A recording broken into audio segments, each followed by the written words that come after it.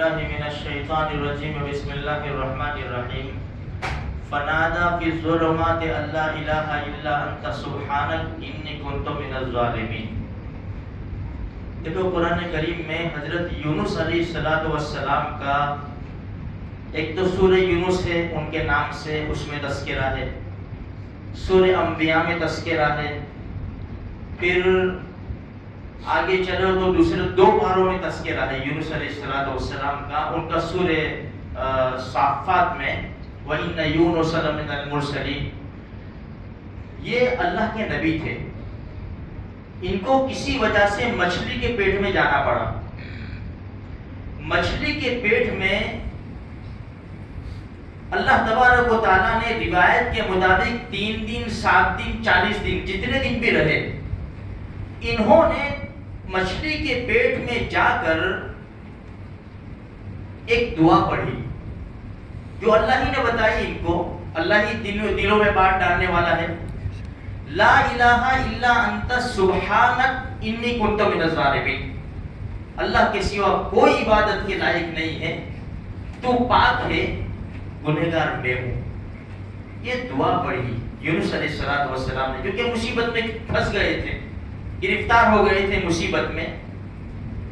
یہ جب دعا پڑھی تو یہ کلمات، تفسیر ابن کثیر میں لکھا ہے کہ یہ کلمات عرش کے ارد گرد گھومنے لگے۔ اچھا، فرشتوں نے یہ کلمات سنے تو فرشتوں نے کہا بہت دور دراز کی آواز ہے، لیکن جانی پہچانی ہے، آواز بہت ضعیف ہے۔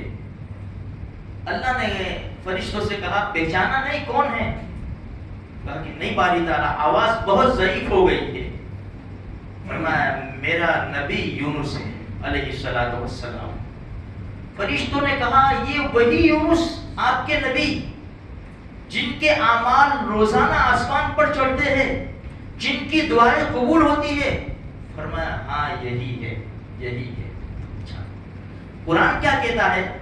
جب انہوں نے مچھلی کے پیٹ میں یہ تسبیح پڑھی، لا الہ الا انت سبحانک انی کنت من الظالمین، فاستجبنا لہ، ہم نے قبول کر لیا، ونجیناہ من الغم، اور ہم نے جو غم میں مبتلا تھے اس سے نجات دے دی۔ مچھلی کو حکم دیا کہ چل ان کو کنارے کے اوپر ڈال دے۔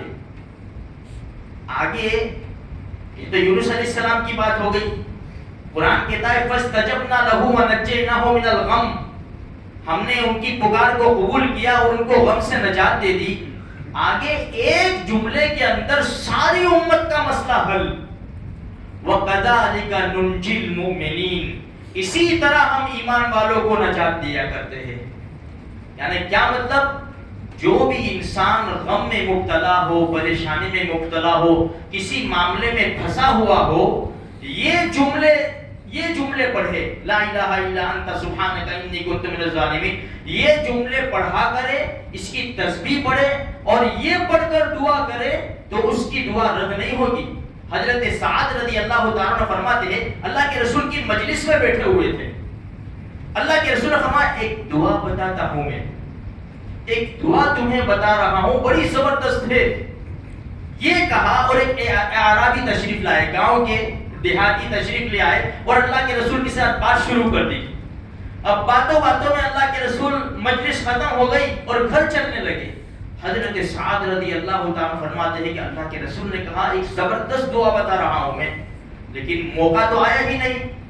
اللہ کے رسول کے پیچھے جب اللہ کے رسول کا گھر مبارک قریب آیا تو حضرت سعد رضی اللہ تعالیٰ فرماتے ہیں مجھے ڈر لگا کہ اللہ کے رسول گھر میں چلے جائیں گے، دعا لے جائے گی، تو میں نے تھوڑے سے پاؤں کو پٹکے، آواز کی میں نے چلنے کی، تھوڑا زور سے چلا میں، تو اللہ کے رسول نے پیچھے دیکھا، کون؟ ابو اسحاق؟ ہاں یا رسول اللہ میں ہی ہوں۔ فرمایا کیا ہوا؟ اللہ کے رسول آپ نے فرمایا تھا نا کہ وہ دعا زبردست بتا رہا ہوں میں۔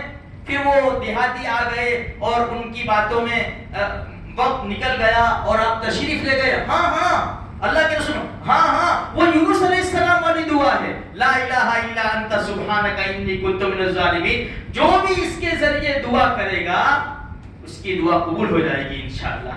تو میرے بھائیو، حالات ہمارے سامنے بڑے نازک ہیں۔ پاکستان سے مفتی تقی عثمانی مدد اللہ العالی نے بھی ایک پیغام دیا ہے، کہ تمہارے 24 گھنٹوں میں سے صرف 10 منٹ نکالو، 10 منٹ۔ ان کی کلپ آئی ہے، آپ نے بھی سنی ہوگی۔ 10 منٹ نکالو اور 10 منٹ بیٹھ کر فلسطین کے لیے لا الہ الا انت سبحانک انی کنت من الظالمین، لا الہ الا انت سبحانک انی کنت من، یہ 10 منٹ پڑھو۔ اب کسی بھی طرح تم 10 منٹ کہیں سے بھی نکالو 24 گھنٹے میں سے، چاہے نماز کے بعد نکالو، اپنی دکان کے اوپر بیٹھے بیٹھے پڑھو، جس طرح بھی دل کے ساتھ۔ تقی صاحب فرماتے ہیں اگر ہم نے اتنا بھی نہیں کیا نا تو ڈر ہے اس بات کا کہ قیامت کے دن پکڑنا ہو جائے۔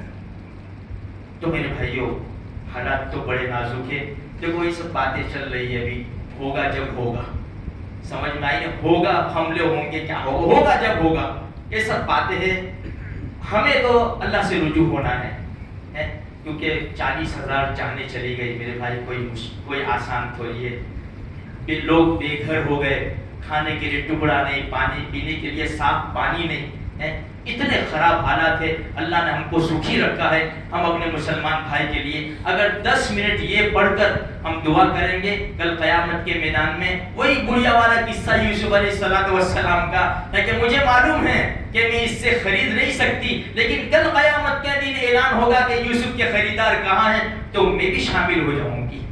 کل قیامت کے دن اعلان ہوگا کہ مسجد اقصیٰ کے لیے ہزاروں جانیں جا رہی تھی، کون کون دعائیں کرتا تھا، ہم بھی شامل ہو جائیں گے، اور اسی بہانے سے اللہ ہمیں معاف فرما دے۔ اللہ تبارک و تعالی مسجد اقصیٰ کو آباد اور آزاد فرمائے۔